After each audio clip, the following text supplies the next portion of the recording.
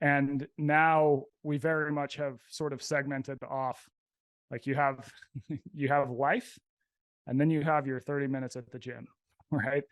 Yeah. And I think this is very different than how we evolved to exercise. So a lot of what I think about exercise is, some people would argue that exercise is medicine.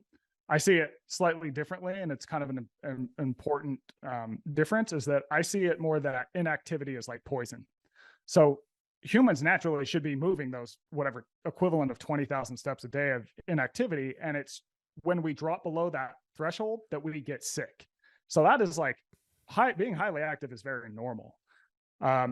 So how I guess apply that to someone listening, and it's like, okay, how the hell do you use that in your own life?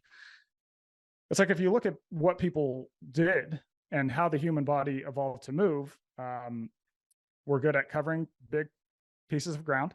So like we're great on foot, going far distances. We're also the only animal that can carry.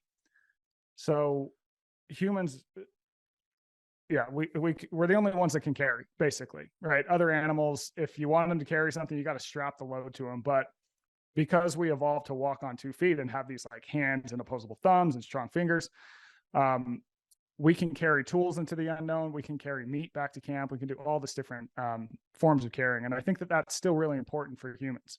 And so the way that I translate that in the comfort crisis is through rucking. Like I think rucking is an awesome activity for the average person because you're getting in cardio, but it also has a strength element because you've got weight on your back.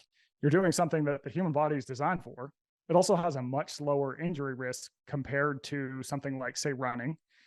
And it's just overall, you're doing a lot of good for your body. And then I think also we should be, doing some lifting. I think sometimes people today, especially in like kind of gym culture, maybe lifting gets over prioritized compared to cardio. But that's okay. I mean, we're picking straws at this point. The real battle is like most Americans aren't active at all. So like, how the hell do you get them to do something?